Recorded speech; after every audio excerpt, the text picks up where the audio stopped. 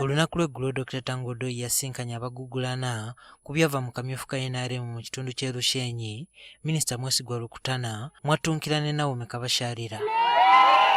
Ono yategeezezza nga bwakyaliwo ebyetegerezebwa era mu nnaku 2 ajja kulangirira omuwanguzi. Kyokka yategeezezza nti Minisita Mwesigwa Rukutana yabadde akyakulembedde n'obululu 20. We have someone leading with 20 votes, but we have not declared the winner because there was a hullabaloo about Nyakahita. I'm only going to announce the winner after 2 days. For now, the leading candidate remained Honorable Rukutana. Kati olw'eggulo lwa leero waliwo abantu mu katawuni k'e Lwentobo ze kilomita nga 4 okuva mu tawuni y'e Ntungama basazeewo okwekalakaasa olw'ebyalangiriddwa Dr. Tango Odoi.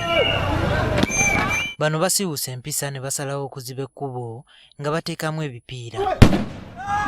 Tebakomye kuno ne basalawo n'okukuma omuliro mu luguudo ekisannyalaza eby'entambula. Batadde n'emisanvu emirala gye basobola mu kkubo. Embeera eno ewaliriza ab'ebyokwerinda omubadde poliisi n'amagye okubanguyira okuziyiza embeera okusajjuka. Wabaddewo okukuba amasasi mu bbanga. Embeera eno evuddeko ab'amaduuka okugaggala bukubirire. Omwogezi wa poliisi mu kitundu kino aliko byatubuulidde. Olwaleero abawagizi ba Naomi Kabasharire yabadde yeesimbyewo mu Lushenyi county nga yeesimbye ne Honorable Rukutana. Abawagizi beekumyemu omuliro ne bablocking ekkubo ericonnectinga Ntungamo ne Kabale nga bawakanya ekigenda okuva mu bululu kye batannamanya.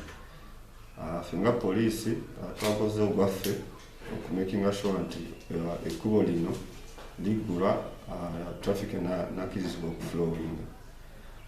Wetwogerera poliisi enoonya omu ku abo abadde bakuliddemu okukunga abantu bano.